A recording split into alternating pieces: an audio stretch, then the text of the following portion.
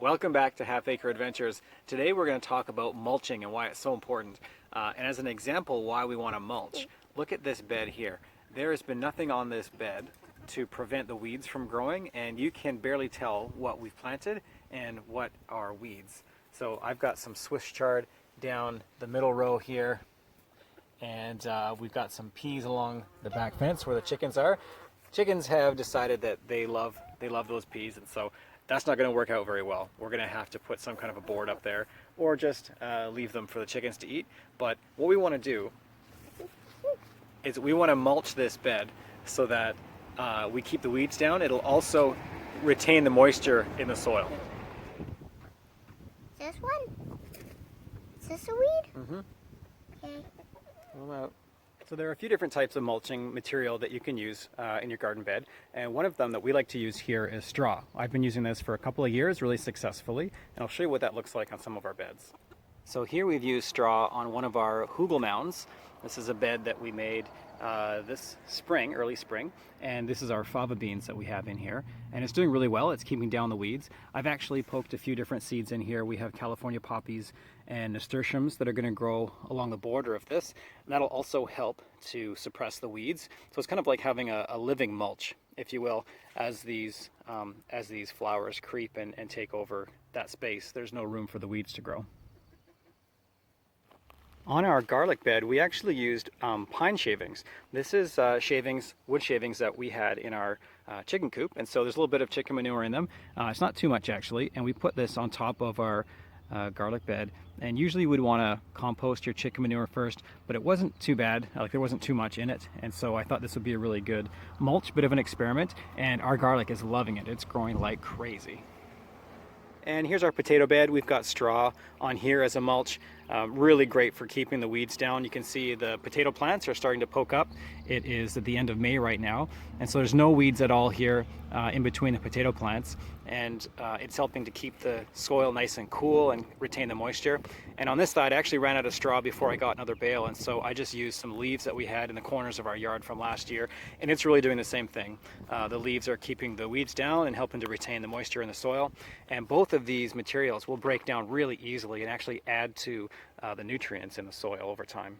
Now, one of the drawbacks of using straw as a mulching material is that it can sometimes actually have viable seeds in them very often, and so those seeds can actually germinate and you'll have some grass or wheat or whatever it is growing in your bed. So this is our spaghetti squash bed, and you can see that there's some grass that's been growing in here, and I don't find it to be too much of a nuisance. You can see they're pretty easy to pull out as long as the roots don't get too established. And so I'll just go through this once in a while and pull these out. I actually left these in here so I could show you guys when I made our mulching video. Otherwise I would have pulled them out a little sooner. And then you can just even leave this green material right on the beds and it'll break down and it'll add to the nutrition of the soil as well.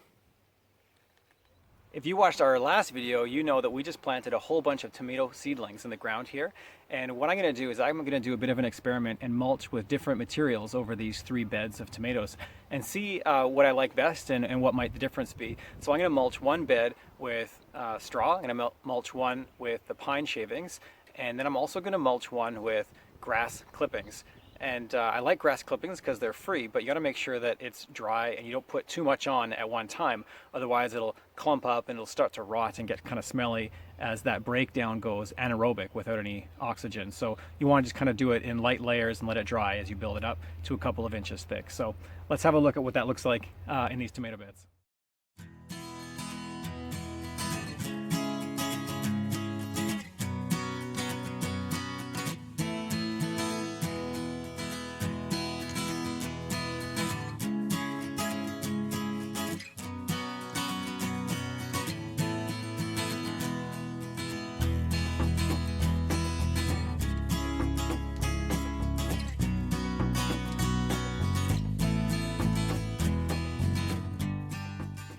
So here we are, all done mulching.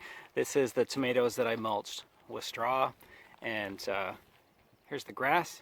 Nice and thin layer, like I said, not too deep, so that we have a nice drying, and it breaks down really well with lots of oxygen so it doesn't get rotten and stinky. And I'll probably add more grass to that as we go. And then we've got the wood shavings. This is really nice stuff.